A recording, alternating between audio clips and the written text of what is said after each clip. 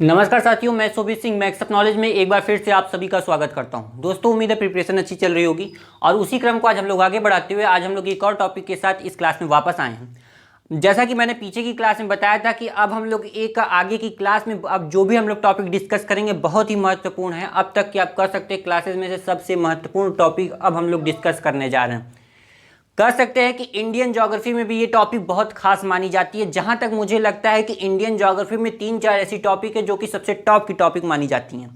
पहला तो हो जाता है इंडियन मानसून, फिर आता है ड्रेनेज सिस्टम और इंडियन सॉइल। ये सब टॉपिक जो हैं इंडियन ज्योग्राफी में बहुत ही महत्वपूर्ण मानी जाती हैं। फिर आप चाहे वो कोई भी एग्जाम की बात करें, केवल आपका एंट्रेंस एग्जाम ही नहीं, और खास करके अगर हम लोग ऑब्जेक्टिव टाइप एग्जाम की बात करें तो उसमें आपका इंडियन मानसून तो बहुत ही खास माना जाता है। ये सब बातें आप लोगों को पता है कि कितना महत्वपूर्ण है इंडियन मानसून।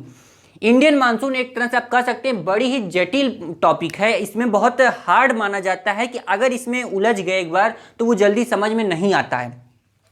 तो उसीलिए आज मैं ये क्लास लेट से शुरू किया हूँ। हालांकि रिकॉर्डिंग जो हो रही है ये लेट शुरू कर रहा हूँ मैं, ताकि आप लोगों को एक अच्छी तरह से ऐसी टॉपिक आप लोगों तक पहुँचाया जाए जो कि आप लोगों को केवल एक कहानी के माध्यम से सुन के वो केवल आपको समझ जाए। और विश्वास मानिए कि ऑन द स्पॉट आप ये क्लास अंत तक आपको ये मानसून समझ में आ जाएगा। साथ में आपको केवल समझ में नहीं आएगा, दूसरों को भी आप तुरंत इसके बाद पढ़ा सकते हैं इंडियन मानसून। इतना मेरा विश्वास है कि आप अगर एक बार अच्छे से अंत तक क्लास देखते हैं, ज्वाइन करते हैं, तब आप ये टॉपिक आप कितनी बढ़िया से समझ सकते हैं एग्जाम के पॉइंट ऑफ व्यू से। जैसा कि हम लोग का जल्द ही अब एग्जाम होने वाला है, कभी भी आ सकती है डेट। तो यहां हम लोग चर्चा करने जा रहे हैं इंडियन मानसून की। थोड़ी आज की क्लास हो सकता है कि लंबी हो जाए, तो इसलिए बिना टाइम वेस्ट किए थोड़ा जल्दी जल्दी मैं शुरू करूंगा। आपको बस ध्यान इतना देना है, हालांकि अगर मैं ऐसा लेक्चर है ये कि आप केवल लेक्चर से समझ सकते हैं टॉपिक, लेकिन ये अन्याय होगा। इसलिए मुझे थोड़ा फिगर भी बनाना होगा, तो इसलिए साथ में फिगर भी बनाते चलेंगे और आपको ध्यान से लेक्चर सुनना है। तो यहाँ हम बात कर रहे हैं इंडियन मानसून की। इंडियन मानसून, भारतीय मानसून, एक तरह से आप कह सकते हैं एक मानसून की जो पवनें चलती हैं 6 महीना एक डायरेक्शन में चलती है और 6 महीना दूसरे डायरेक्शन में चलती है। यानी कि ये एक सीजन, अगर कोई विंटर सीजन है तो उसमें वो जिस डायरेक्शन में 6 महीना चल रही है, अगर वही समर सीजन हो जाएगा तो ये बदल के दूसरे डायरेक्शन में हो जाएगा। ऐसी खासियत है, इसलिए इसे क्या करते हैं, मानसून कहते हैं। ये पवनें जो होती हैं, ऋतु परिवर्तन होता है तब ये पवनें भी बदल जाती हैं, और उस हिसाब से हम कहते हैं कि भारत में मानसून आ रहा है कि भारत से मानसून लौट रहा है। ये घटनाएं हमें सुनने को मिलती हैं मानसून में। तो मानसून को यहाँ बताया गया कि मानसून को कैसे उत्पन्न होता है, भारत में जो मानसून है वो कैसे उत्पन्न होता है। तो इसमें हमें कई थ्योरी मिलती हैं, तो आज उसे अलग अलग करके सब एक एक थ्योरी को अच्छे से स्पष्ट रूप में कूल माइंड से एकदम समझना है। यहां 3 थ्योरी की बात की जाती है। पहला है थर्मल है, दूसरा डायनेमिक है और तीसरा है इनोवेटिव है।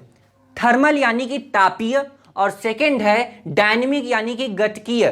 तो इन सब की आज हम चर्चा करेंगे। तो सबसे पहले हमें यहाँ मैंने एक चीज नोट किया है, नोट कि उष्ण कटिबंधीय मानसून है। इंडियन जो मानसून है वो कैसा मानसून है, उष्ण कटिबंधीय मानसून है। तो इसको जान लेते हैं कि इसे उष्ण कटिबंधीय मानसून क्यों कहते हैं। ये बहुत बड़ी बात लिखी है यहाँ पर कि उष्ण कटिबंधीय मानसून इसे क्यों कहते हैं। ये आपसे कोई भी पूछ सकता है कि भारतीय मानसून को उष्ण कटिबंधीय मानसून ही क्यों कहते हैं, इसे शीतोष्ण कटिबंधीय मानसून क्यों नहीं कहते। तो चलिए जानते हैं। तो दोस्तों, आपको बता दूं कि जो भूगोलवेत्ता लोग हैं जो कि इनका अध्ययन करते हैं इन सब चीज़ों का, उन लोगों ने अपने आसानी के लिए 2 तरह की कटिबंध बताए। यानी कि जो पृथ्वी हमारी है उस पर 2 तरह के कटिबंध बताए। हमें पता है कि पृथ्वी के बीच से क्या है, एक इक्वेटर है और उत्तरी गोलार्ध में यहाँ पे हमें कर्क रेखा देखने को मिलती है और यहाँ पे हमें मकर रेखा, ट्रॉपिक ऑफ कैंसर और ट्रॉपिक ऑफ कैप्रिकॉन, ये 2 तरह की रेखाएं हमें एक उत्तरी गोलार्ध में एक दक्षिणी गोलार्ध में दिखती है, जो कि विषुवत रेखा के एक उत्तर में है और विषुवत रेखा के एक दक्षिण में है। ये हमारी इक्वेटर है, ये हमारी कर्क रेखा है और ये हमारी मकर रेखा है। तो यहां पर इन लोगों ने, भूगोलवेत्ताओं ने 2 कैटेगरी में बांट दिया।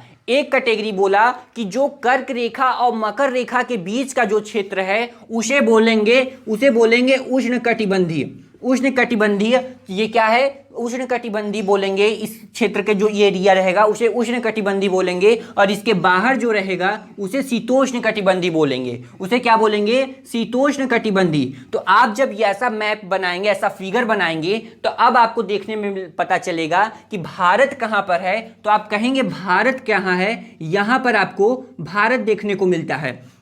यानी कि आपको पता है कि कर्क रेखा जो है भारत के बीचों बीच से जाता है। तो यहां पर भूगोलवेत्ताओं ने कहा कि कर्क रेखा और मकर रेखा के बीच वाले क्षेत्र को हम उष्णकटिबंधीय बोलेंगे, और उसके बाहर वाले को शीतोष्णकटिबंधीय बोलेंगे। तब आप मन में ये सवाल आएगा कि भारत तो आधा कर्क रेखा के बाहर भी है और आधा अंदर ही है, तो केवल हम क्यों उष्णकटिबंधीय मानसूनी भारतीय मानसून को बोलेंगे? ऐसा इसलिए बोलेंगे क्योंकि यहां पर आप देखिए कि यहां क्या है, कर्क रेखा के कुछ बाहर है, जो बाहर है उसे हमें शीतोष्णकटिबंधीय क्षेत्र बोलना चाहिए। जैसे कि आप बोल सकते हैं उत्तर भारत, वो किस में आना चाहिए? शीतोष्णकटिबंधीय क्षेत्र में, और दक्षिण भारत हमारा कहां आना चाहिए? उष्णकटिबंधीय में। लेकिन ऐसा नहीं होता है। ऐसा क्यों नहीं होता है, इस बात की हम आज चर्चा करने जा रहे हैं। तो आज की क्लास हम यहां से शुरू कर रहे हैं कि भारतीय मानसून उष्णकटिबंधीय मानसून है, तो इसे उष्णकटिबंधीय मानसून क्यों बोला जाता है, इसकी क्या खासियत है। तो चलिए शुरू करते हैं। दोस्तों, यहां पे जो ज्योग्राफर लोग ऐसा बोल दिए उसके पीछे कई रीजन बताए। पहला कारण बताया कि भारत में हिमालय की स्थिति के वजह से यहां पर उष्णकटिबंधीय हो जाता है। ये भी क्षेत्र क्या होता है? उष्णकटिबंधीय जैसा हो जाता है, इसलिए उत्तर भारत को भी उष्णकटिबंधीय बोलते हैं। लेकिन बोलना चाहिए, अगर कर्क रेखा के हिसाब से देखें तो उसे शीतोष्णकटिबंधीय बोलना चाहिए। दूसरा कारण यहां पर यह बताया गया कि भारत में जो हिमालय की स्थिति है, साथ में हिंद महासागर से जो पवनें आती हैं, वो भी उसको एक कारण बना देती है, उष्णकटिबंधीय बना देती है। अब क्यों ऐसा करती है, इसको समझ। तो सबसे पहले बात करते हैं कि हिमालय की स्थिति कैसे इसे ऐसा बना देती है, इस मानसून को। आप यहाँ पे मैप देखिए, कुछ मैंने थोड़ा ऐसी रफली मैप बना रहा हूँ भारत का। आप लोगों को पता है कि हिमालय किधर है? हिमालय जो है वो क्या है, हमें पता है। ये जो क्षेत्र होता है, देखिए इसे शीतोष्णकटिबंधीय क्यों बोलते हैं, इसके बाहर वाले को। यहाँ पे जो ध्रुवीय पौने हैं, या आप कह सकते हैं उधर रसिया की तरफ से जो साइबेरिया तरफ से जो पौने हैं, साइबेरिया की ठंडी पौने हैं, उसका तापमान क्या है, बहुत ज़्यादा है। उसका जो कि आप कह सकते हैं हिमांक के भी नीचे तापमान होता है उन पौनों का, और तब उस क्षेत्र जहाँ वो चलती हैं उसे हम शीतोष्ण क्षेत्र बोलते हैं। लेकिन यहां पर क्यों इसे शीतोष्ण क्षेत्र नहीं बोलते भारत का, उत्तर भारत का? क्योंकि यहां पर क्या है, हिमालय आ जाता है, और जो पवनें, ठंडी पवनें चलती हैं, जो कि साइबेरिया की तरफ से आती हैं, रसिया की तरफ से आती हैं, वो हिमालय के कारण भारत में प्रवेश नहीं कर पाती हैं। जब भारत में ये वाली पवनें प्रवेश नहीं कर पाती हैं, जिसके वजह से भारत में जितना तापमान गिरना चाहिए शीत ऋतु में, उतना तापमान नहीं गिरता है। यानी कि जितना हमें पता है कि भारत में शीत ऋतु में जितना तापमान गिरता है, उससे तापमान और गिरना चाहिए। लेकिन ये हिमालय क्या करता है, आगे से आने वाली पवनों को, साइबेरिया की तरफ से आने वाली पवनों को, ठंडी पवनों को ये क्या करता है, यही रोक देता है, जिसके वजह से भारत में शीत ऋतु इतनी कड़ाके की नहीं पड़ पाती जितना कि पड़ना चाहिए। जब ये इतनी कड़ाके की ठंड नहीं पड़ पाती, इतना तापमान नहीं गिर पाता, तो इस वजह से इसे शीतोष्णकटिबंधीय नहीं बोलेंगे, इसे उष्णकटिबंधीय की श्रेणी में रखा जाता है। तो इस तरह से आप कह सकते हैं, ये बात नोट कीजिएगा कि हिमालय को जलवायु विभाजक बोला जाता है। इन्हीं कारणों से हिमालय को जलवायु विभाजक बोला जाता है। ये पॉइंट को सर आप लोग नोट कीजिएगा, बार बार मैं बोल रहा हूं कि हिमालय को जलवायु विभाजक बोला जाता है। क्यों जलवायु विभाजक बोला जाता है? क्योंकि यह जो साइबेरिया की तरफ से पवनें आती हैं, जो कि ठंडे करने का प्रयास करती हैं, तापमान बहुत गिराने का प्रयास करती हैं, लेकिन बीच में हिमालय आ जाता है, जिस वजह से इसे यहाँ पर तापमान गिरा नहीं पाता है उत्तर भारत में। और यहाँ पर जब तापमान नहीं गिर पाता है, तो इस वजह से ये शीतोष्ण क्षेत्र में नहीं आ पाता है, कर्क रेखा के बाहर होने के बावजूद भी। तो यहां आपको पता है कि उत्तर भारत ये क्षेत्र क्या है, कर्क रेखा के बाहर है, कहना चाहिए शीतोष्ण, लेकिन बोलते हैं उष्ण। तो यही कारण है। अगला कारण अगर हम बात करें तो यहां पर मैप देखिए क्या है, ये क्या है, इंडिया का मैप है। तो आप देखेंगे जो इस दक्षिण पश्चिम से जो पवनें आती हैं ये क्या करती हैं, जब आगे बढ़ती हैं तो यहाँ पर अपने साथ आर्द्रता लेके आती हैं। ये पवनें क्या होती हैं, गर्म होती हैं, आर्द्रता लेकर आती हैं और ये क्या करती हैं, वर्षा करते हुए भारत में प्रवेश करती हैं। और ये जब हिमालय से टकराती हैं तब पर भी ये उत्तर भारत में भी वर्षा होती हैं, ये पवनें करती हैं। वो अभी हम लोग आगे डिस्कस करेंगे आगे की क्लास में कि क्यों ये वर्षा कैसे करती हैं। अभी के लिए आप ये समझिए कि दक्षिण पश्चिम जो पवनें होती हैं ये अपने साथ आर्द्रता लेकर आती हैं और जब ये आर्द्रता लेकर आती हैं तो ये गर्म होती हैं और ये आकर यहाँ पर वर्षा करती हैं, भारत में मानसून आता है। इसी वजह से हम कहते हैं कि भारत में ये जो भारत का मानसून है ये उष्णकटिबंधीय मानसून है। सो आई होप कि आपको ये पॉइंट क्लियर हो गया होगा कि भारत का मानसून कैसा है। तो आप कहेंगे भारत का मानसून उष्णकटिबंधीय है, कर्क रेखा के बाहर होने के बावजूद भी। तो अब यहां पर हम लोग अब चर्चा करने जा रहे हैं दोस्तों कि भारत का जो भारतीय मानसून है उत्पन्न करने के कारक।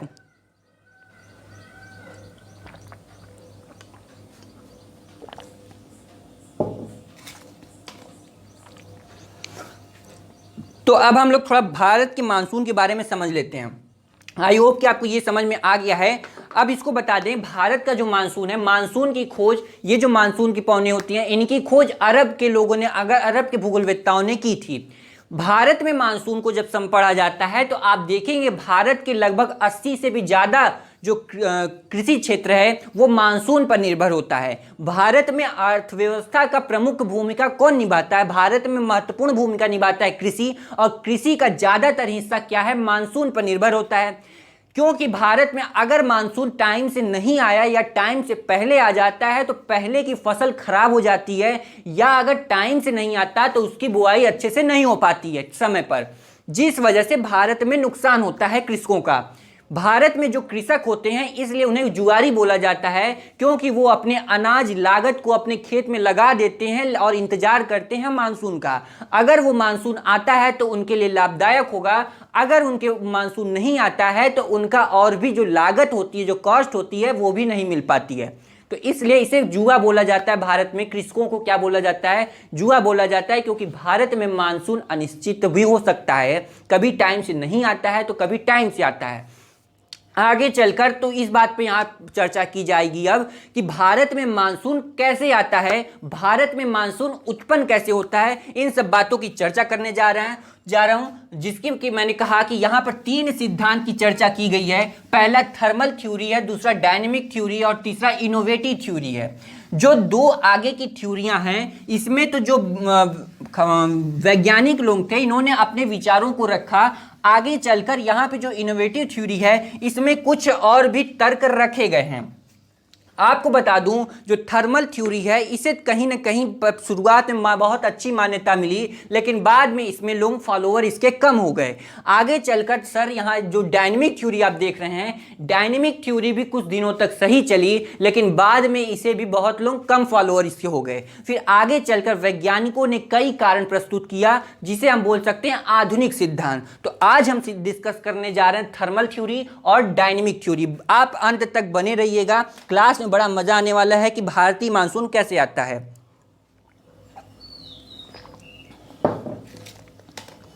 तो चलिए शुरू करते हैं यहां पर तापीय सिद्धांत यानी कि थर्मल थ्योरी। तो थर्मल थ्योरी को एक बार आप पहले सुन लीजिए, फिर मैं फिगर के माध्यम से भी समझाऊंगा। एक एक टॉपिक अच्छे से क्लियर करते चलना है, क्योंकि मेरा ये मान के आज मैं आया हूं कि आपको इस क्लास में मानसून अच्छे से समझ में आ जाना चाहिए। तो इस वजह से मैं आज की क्लास ऐसी लाया हूं जिसमें कि हम लोग को आज ही पूरी टॉपिक अच्छे से समझ में आ जाए मानसून का। देखिए, मानसून को उत्पन्न होने के बताया गया सिद्धांत एक आया, थ्योरी आया, जिसे हम बोलते हैं थर्मल कॉन्सेप्ट। इसका प्रतिपादन हैली ने किया था। हैली नामक एक वैज्ञानिक थे जिन्होंने इसका प्रतिपादन किया और बताया कि भारतीय मानसून जो है या मानसून जो है ये ताप के आधार पर आता है और जाता है। ताप में परिवर्तन होगा तो मानसून में परिवर्तन होगा। अगर तापमान में परिवर्तन होता है तो मानसून में भी परिवर्तन होगा। मानसून का जैसा बताया गया कि जो मानसून होता है ये क्या होता है, 6 महीने एक डायरेक्शन में चलता है और 6 महीने दूसरे डायरेक्शन में चलता है। अब ये डायरेक्शन चेंज कब होगा, इसमें ये बोला गया कि 6 महीने ग्रीष्म ऋतु में ये दूसरे डायरेक्शन में चलता है और 6 महीने शीतकाल में दूसरे डायरेक्शन में। 6 महीने ग्रीष्म ऋतु में, यानी कि जब ग्रीष्म ऋतु होता है तब भारत में मानसून आता है। ग्रीष्म ऋतु में क्या होता है, ये जो मानसून पवनें होती हैं जो कि मानसून लेके चलती हैं, तो ये मानसून पवनें महासागरों से महाद्वीप की ओर जाती हैं। लेकिन शीत ऋतु में क्या होता है, ये पवनें क्या होती है, महाद्वीप से सागर की ओर जाती हैं। तो जब सागर से महाद्वीप की ओर जाएंगी तो बोलेंगे कि मानसून का आगमन हो रहा है, और जब वहां से वापस लौटेंगी, महाद्वीपों से वापस लौटेंगी, तो इसे बोलेंगे कि हमारा मानसून लौट रहा है। ये बातें आपको पता होंगी कि मानसून का लौटना और मानसून का आगमन होना। तो आपको पता है कि सबसे पहले मानसून भारत में कहाँ आता है, केरल आपको पता है। तो यहाँ पर हम लोग चर्चा करने जा रहे हैं थर्मल थ्योरी यानी कि तापीय सिद्धांत का। तो आपको जैसे पता है गया, यहाँ पे मैं पहले मैप बना लेता हूँ जिससे कि थोड़ा आसानी हो आपको समझने में। वैसे बिना मैप का भी आप समझ सकते हैं, लेकिन ये अन्याय होगा कि अगर मैं फिगर न बनाऊँ तो आप कहेंगे कि ये सही नहीं किया गया। तो सर यहाँ पर देखिए 2 मैप मैंने बनाया है, थोड़ा ये बड़ा हो गया है, थोड़ा गलत हो गया है, ये छोटा बड़ा है, तो उसे आप मैनेज कर लीजिएगा। यहाँ देखिए एक मैंने शीत ऋतु के लिए बनाया है, एक ग्रीष्म काल के लिए और शीतकाल के लिए, कि ग्रीष्म काल में जब मानसून आता है तो उसको इस फिगर से समझेंगे, और जब मानसून वापस जाता है तब उसे कैसे समझेंगे, इस फिगर से। तो यहाँ पहले बात की गई थर्मल थ्योरी में कि तापमान के आधार पर, यानी कि ग्रीष्म ऋतु और शीत ऋतु बात की जा रही है। तो यहाँ आप समझिए कि ये क्या है, हमारा ग्रीष्म ऋतु है, यानी कि ये क्या है, हमारा समर सीजन है। समर सीजन है तो समर सीजन में मानसून अब कैसे आता है, देखिए हमें क्या पता है कि ये क्या है हमारा, ये क्या है, उत्तरी गोलार्ध में भारत है। तो यहाँ हमारा सपोज दैट मान लीजिए भारत के नीचे क्या है, आपको पता है कि इक्वेटर है। इक्वेटर पे जो सूर्य होता है सीधे क्या होता है, चमक रहा है। तो जहाँ पर सूर्य नजदीक होता है वहाँ पर तापमान बहुत ज़्यादा होता है। तो हमें एक घटना पता है, उत्तरायण। तो उत्तरायण क्या होता है, ग्रीष्म काल में क्या होता है कि भारत में गर्मी बढ़ने लगती है। क्यों भारत में गर्मी बढ़ती है, क्योंकि भारत के पास आ जाता है सूर्य, जिसे हम बोलते हैं कि उत्तरायण हुआ है। यानी कि विषुवत रेखा से अगर सूर्य उत्तर की ओर बढ़ता है तो उसे बोलेंगे हम सूर्य का उत्तरायण हो रहा है। तो गर्मी के समय में ऐसा होता है, तभी हमें गर्मी महसूस होती है यहाँ पर। तो यहाँ पर सूर्य क्या हुआ, ऊपर उठा और भारत के ऊपर आ गया, भारत के पास आ गया। तो जब ये सूर्य क्या है, भारत के पास आ जाएगा, यानी कि भारत के ठीक ऊपर आ जाएगा, आप एक तरह से समझिए, तो भारत में तापमान क्या होगा, ज्यादा हो जाएगा। भारत में तापमान ज्यादा हो जाएगा, यानी कि यहां क्या रहेगा, टेम्परेचर हाई टेम्परेचर हो जाएगा, हाई टेम्परेचर हो जाएगा। ठीक है, यहाँ क्या हो गया, हाई टेम्परेचर। और हम लोग जब क्लाइमेटोलॉजी पढ़ रहे थे तो वहां हम लोग पढ़े थे कि अगर हाई टेम्परेचर है तो वहां क्या होगा, लो प्रेशर होगा। अगर यहाँ पर लो टेम्परेचर है तो यहाँ हाई प्रेशर होगा। या ये फार्मूला आप हमेशा याद रखिएगा, हमेशा आपको काम देगा। चाहे क्लाइमेटोलॉजी पढ़ें, चाहे मानसून पढ़ें, चाहे जो भी पढ़ रहे हैं, आपको ये हमेशा याद रखना है। तो यहाँ क्या हो गया, सूर्य ऊपर आ गया, उत्तरायण का समय है, यहाँ पर हाई टेम्परेचर हो गया। और जब हाई टेम्परेचर हो जाएगा तो यहाँ क्या हो जाएगा, लो प्रेशर हो जाएगा, निम्न वायु दाब का क्षेत्र बन जाएगा ये वाला क्षेत्र भारत का। और यहाँ इधर क्या होगा, इधर हमें पता है कि सागरीय क्षेत्र है, नीचे क्या है, सागरीय क्षेत्र है। और जब सूर्य इधर आ चुका है तो यहाँ पर ये इसकी अपेक्षा वहां पर पहले की स्थिति में क्या हो जाएगा, तापमान वहां पर गिर जाएगा। यानी कि समझ लीजिए यहाँ पर सागर में क्या हो गया, तापमान यहाँ पर लो टेम्परेचर हो गया, यानी कि ठंडा मौसम हो गया। सूर्य जब ऊपर चला गया तो यहाँ नीचे क्या होगा, लो टेम्परेचर हो जाएगा ऑब्वियसली पहले की अपेक्षा। तो यहाँ क्या हो गया, लो टेम्परेचर हो गया, और पहले की अपेक्षा यहाँ पर क्या हो जाएगा, हाई प्रेशर हो जाएगा। यहाँ पर जब टेम्परेचर लो हो रहा है तो प्रेशर हाई होगा, जब टेम्परेचर लो हो रहा है तो प्रेशर हाई होगा। और यहाँ प्रेशर हाई हो गया तो हाई प्रेशर हमें पता है कि पौने किधर चलती हैं, high pressure to low pressure चलती हैं, ये बातें आपको पता हैं। तो यहां पौने क्या होंगी, high pressure to low pressure चलेंगी। और जब ये पौने आगे बढ़ती हैं high pressure to low pressure की तरफ, तो हमें पता है कि ये सागरीय क्षेत्र है। ये क्या है, सागरीय क्षेत्र है। और ये जब सागरीय क्षेत्र से ये पौने आगे बढ़ेंगी तो ये अपने साथ ह्यूमिडिटी लेके जाती हैं। क्या लेके जाती हैं, ह्यूमिडिटी लेके जाती हैं। यहां से अपने साथ ये आर्द्रता लेके जाती हैं, और जब ये भारत के तट से टकराती है तो यहां बारिश कर देती हैं। जैसे जैसे ये आगे बढ़ती जाएगी, ये आप कह सकते हैं केरल, कर्नाटक, गोवा, महाराष्ट्र, गुजरात, इन सब क्षेत्रों में क्या करती हैं, वर्षा करती हैं। और जब जैसे जैसे और आगे बढ़ती जाएंगी इनकी वर्षा की मात्रा कम होती जाती है, क्योंकि आगे जैसे जैसे जाएंगे इनमें आर्द्रता कम होती जाती है। तो इस तरह से हम कहते हैं कि 1 जून को क्या होता है 1 जून को केरल के तट पे हमारा मानसून आ जाता है, टकराता है। तो इस तरह से तापी सिद्धांत में बताया गया कि ग्रीष्म काल में मानसून यानी कि दक्षिण पश्चिम मानसून भी जिसे बोलते हैं, क्या बोलते हैं, दक्षिण पश्चिम मानसून बोलते हैं। तो ये दक्षिण पश्चिम मानसून कैसे आता है, इस तरह से आता है कि जब सूर्य का उत्तरायण होता है। इसी तरह उल्टा इसका आप कर दीजिए कि शीतकाल में क्या होता है कि सूर्य तो अभी उत्तरायण था, शीतकाल में क्या होता है, सूर्य अब क्या होता है, नीचे जाने लगता है। अपनी पुरानी स्थिति में आप कह सकते हैं मकर रेखा नीचे जाने लगता है, जिस वजह से जब ये नीचे जाने लगता है तो अब नीचे वहां पर सागरों में तापमान ज्यादा होगा। सागरों में क्या होगा, टेम्परेचर हाई हो जाएगा, हाई टेम्परेचर हो जाएगा और प्रेशर क्या हो जाएगा, लो हो जाएगा। और यहां पे क्या होगा, जब सूर्य दूर चला गया तो यहां क्या हो जाएगा, लो टेम्परेचर और हाई प्रेशर हो जाएगा। और हमें पता है कि पौने high pressure to low pressure चलेंगी, फिर यहाँ से क्या होती है, मानसून क्या होता है भारत में, ये लौटने लगता है। यहाँ से जो मानसून रहता है ये लौटने लगता है और घूर्णन गति के कारण, ध्यान दीजिएगा, ये जब पौने इधर लौटती हैं तो घूर्णन गति के कारण ये क्या होता है, भारत इस साइड मुड़ जाती हैं। और जब ये इस साइड मुड़ती हैं तो भारत के पूर्वी तट से यहाँ टकराती हैं और लौटता हुआ मानसून यहाँ भारत के तमिलनाडु वाले क्षेत्रों में, इधर एरिया में वर्षा करता है। तो इस तरह से कह सकते हैं कि मानसून भारत में लौट कैसे, ये शीतकालीन मानसून वापस लौटता है। उसी क्रम में जैसे सूर्य उत्तरायण हुआ तो ये स्थिति बनी और सूर्य दक्षिणायन हुआ तो ये स्थिति बनी, यानी कि सूर्य जिधर जाएगा मानसून भी उधर ही जा रहा है। तो पहली ग्रीष्म काल में सूर्य इधर आया तो मानसून ऐसे आया, जब शीतकाल में सूर्य इधर आया तो ये मानसून भी इधर आने लगा। तो ये तापी सिद्धांत है, थर्मल कॉन्सेप्ट है, जिसमें बताया गया कि भारत में मानसून का उत्तरायण और दक्षिणायन जब होता है तब भारत में मानसून कैसे आता है और कैसे जाता है। लेकिन यहां पर बात नहीं थमती।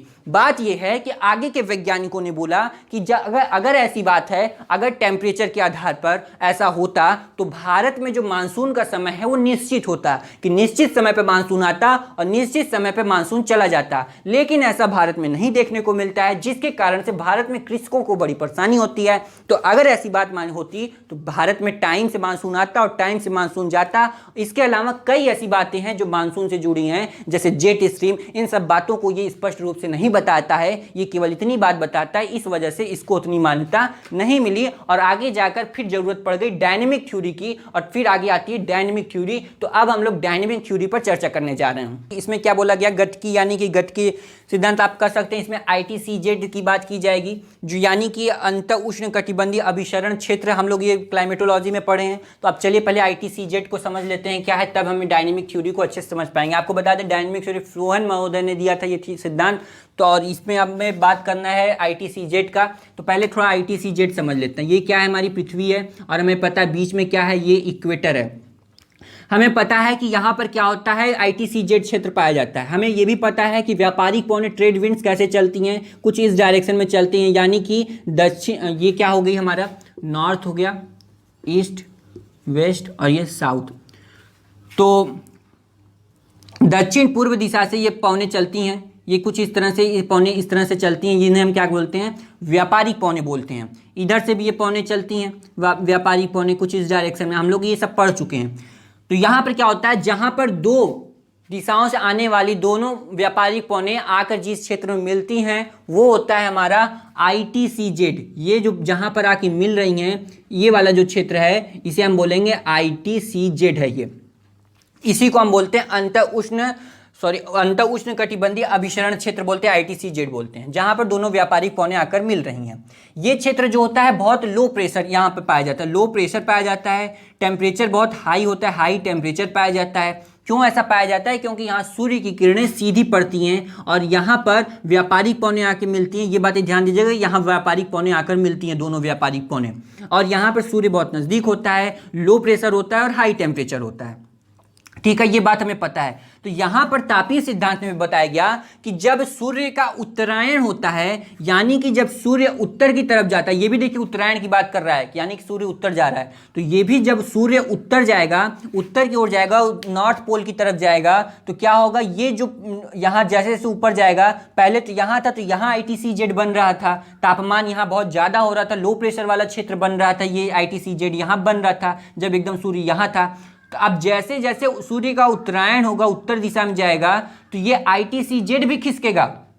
कह रहा है कि जैसे जैसे ये सूर्य आगे खिसकेगा, ऊपर जाएगा, वैसे वैसे ITCZ का भी क्षेत्र ऊपर जाएगा, और ये जब ऊपर जाएगा तो ये पहुंच जाता है भारत के पास। शिवालिक यहाँ आप कह सकते हैं कि 30 डिग्री अक्षांश तक पहुंच जाता है ये ITCZ। यानी कि आप अगर 30 डिग्री देखेंगे तो आप भारत के ऊपर चला जाता है। ये ITCZ जो पहले यहाँ एक क्षेत्र बन रहा था, अब ये भारत के पास जाकर ये क्षेत्र बनेगा। क्यों ऐसा बनेगा? क्योंकि यहाँ पर सूर्य की किरण, यहाँ सूर्य का उत्तरायण हुआ है, तापमान बहुत बढ़ जाता है और प्रेशर वहाँ बहुत गिर जाता है, तो इस वजह से यही क्या हो जाता है, भारत के ऊपर बन जाता है। यानी कि अगर ये फिर दूसरा फिगर देखिए कि यानी कि अब सूर्य का उत्तरायण हो गया।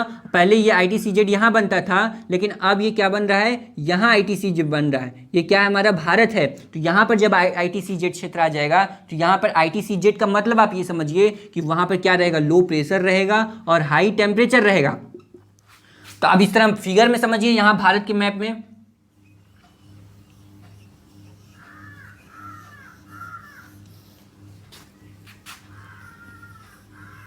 यहां समझिए कि भारत का ये उत्तर भारत का क्षेत्र है। अब ये जब उत्तरायण हुआ तो ITCZ ऊपर खिसक गया।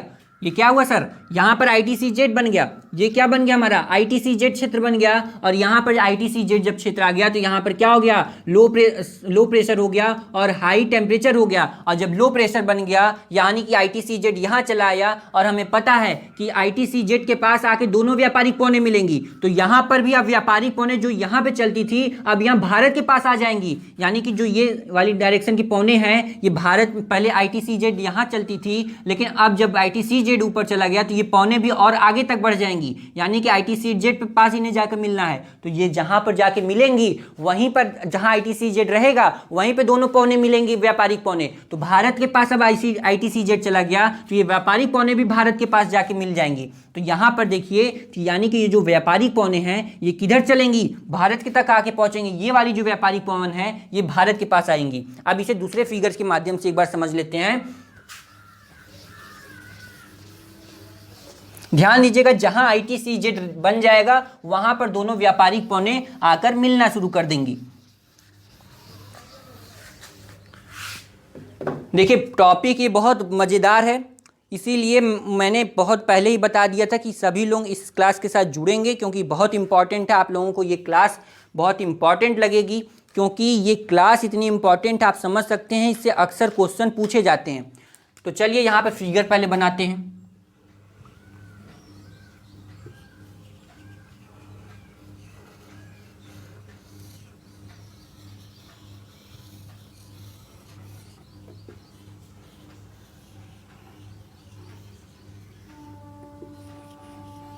मैप देखिए थोड़ा सही नहीं बन पा रहा है, लेकिन इतना आप समझ सकते हैं, ठीक है।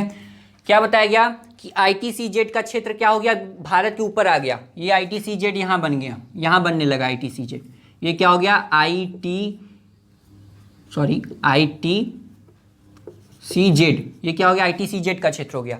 तो हमें जहाँ पता था कि ITCZ अगर ये बन रहा है कहीं तो यहीं पर व्यापारिक पौने आएंगी, व्यापारिक पौने यहीं पर आके मिलेंगी।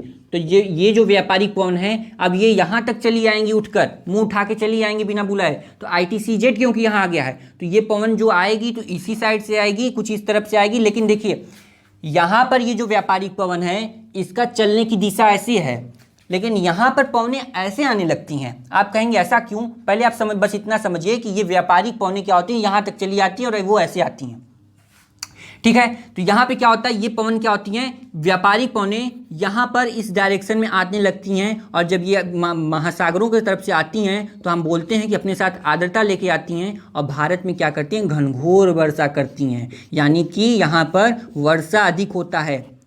ये ITCZ के पास जाएंगी, वहाँ पर जाएंगी ना, कोशिश करेंगी ये व्यापारिक पौने। तो कहा गया जो दक्षिण पश्चिम जो पवने हैं ये क्या होती हैं, व्यापारिक पौने ही हैं। ये क्या होता है कि यहाँ से ये आगे बढ़ती हैं और ये पृथ्वी की घूर्णन गति, साथ में कोरियोलिस बल, या आप कह सकते हैं कि मस्करनी द्वीप है, मस्करनी द्वीप से बहुत तीव्र यहाँ से पवनें चलती हैं, और ये पवनें क्या करती हैं, ये जो व्यापारिक पवनें इस डायरेक्शन में जा रही थी उसे इस डायरेक्शन में मोड़ देती हैं। और आपको पता है कि घूर्णन गति भी है, तो ये क्या करती हैं, भारत में जाकर ये व्यापारिक पवनें अब यहाँ पर टकराएंगी, क्योंकि ITCZ ये वाली पवनें यहाँ पर चली गई। लेकिन फिर बताया गया जब तब इस तरह से भारत में मानसून का आगमन होता है। लेकिन ये भी बताया गया कि जब भारत में मानसून वापस लौटता है, कब लौटेगा, तो हमें पता है कि भारत में मानसून जब लौटेगा तो यानी कि सूर्य का दक्षिणायन हो रहा है, तो जब सूर्य का दक्षिणायन होगा फिर ये ITCZ धीरे धीरे नीचे जाएगा और एक समय ऐसा आएगा अपनी जगह पहुंच जाएगा, तब ये व्यापारिक पौने यहाँ नहीं पहुंचेंगी, तब व्यापारिक पौने इधर नहीं जाएंगी और क्या होगा, बल्कि तब ये वाली व्यापारिक पवन जो रहेगी ऐसे जाने लगेगी, तब भारत में मानसून वापस लौटता है जिसे बोलते हैं। ठीक है, ये क्या है, भारत में मानसून वापस लौट रहा है इस तरह से। तो आई होप कि आप लोगों को ये दो सिद्धांत यानी कि तापीय सिद्धांत और गतिकीय सिद्धांत अच्छे से समझ में आ गया है। शीतकाल में वापस लौटेगा ITCZ और ग्रीष्म काल में आएगा ITCZ, और जब ITCZ भारत के ऊपर बन जाता है तो यहाँ पर व्यापारिक पौने क्या होती हैं, जो दक्षिण गोलार्ध की व्यापारिक पौने थी वो विषुवत रेखा को पार करके उत्तरी गोलार्ध में प्रवेश कर जाती हैं। जो व्यापारिक पौने थी दक्षिणी गोलार्ध की वो विषुवत रेखा को पार करके उत्तरी गोलार्ध में भारत तक पहुँच जाती हैं, जो कि यहाँ पर मानसून आने का कारण बनती हैं। तो यहाँ पर हमने कुछ चर्चा की कि कैसे भारत में मानसून आता है, ITCZ उसके लिए कैसे वो काम करता है, शीतकाल में सूर्य के दक्षिणायन से ITCZ दक्षिण की ओर स्थानांतरित हो जाता है और इस तरह से हमारा कहते हैं मानसून वापस लौट गया।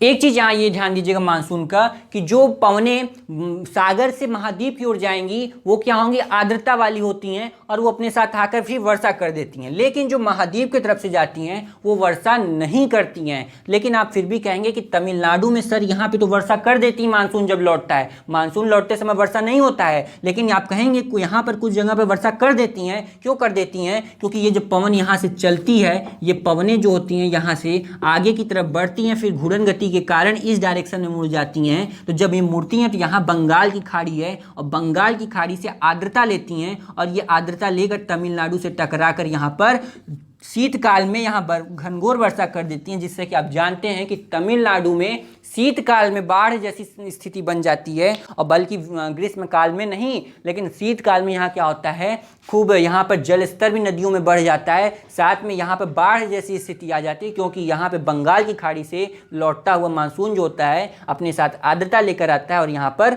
बारिश कर देता है। तो आज की क्लास में हमने देखा थर्मल और डायनेमिक थ्योरी, जो कि हमारे मानसून को बताता है कि मानसून कैसे आता है। इसके बाद भी कुछ और सिद्धांत आए जिसमें कि इनकी देखिए जो ये वाला थ्योरी है ये भी पूरी तरह से बात नहीं कर पाया जेट स्ट्रीम की, और भी जो मानसून की चर्चा की जाती है उसमें ये सब बातें नहीं बताई गई, और ये भी कहा गया कि अगर ये ITCZ के कारण ही होता है तब पर भी भारत में मानसून टाइम से आना चाहिए, टाइम से जाना चाहिए, लेकिन ऐसा नहीं होता है।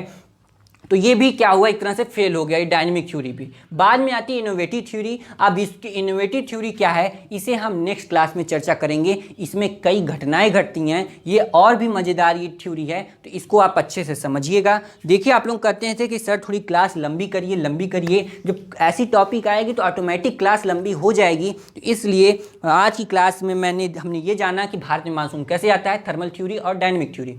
तो ये यानी कि भारत में मानसून कैसे आ रहा है और लौट रहा है, ये दो थ्योरी बताई हैं। अब आगे की क्लास में अगर आप लोगों की इच्छा रहेगी तो हम लोग आगे की क्लास में मानसून को और डीप में पढ़ेंगे। अगर आप लोगों की इच्छा नहीं रहेगी तो हम लोग दूसरे क्लास में चले जाएंगे, जैसा आप लोगों का इस क्लास में रिस्पॉन्स आएगा। अगर आप लोगों की इच्छा है तो कमेंट कीजिएगा कि आगे भी हम लोग को भी मानसून में पढ़ना है, कुछ और भी जानकारी एकत्रित करना है। अगर नहीं तो हम लोग दूसरी टॉपिक पर आ जाएंगे।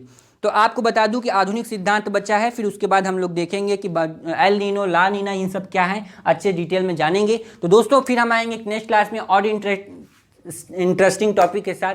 तब तक के लिए जय हिंद, बाय बाय, थैंक यू।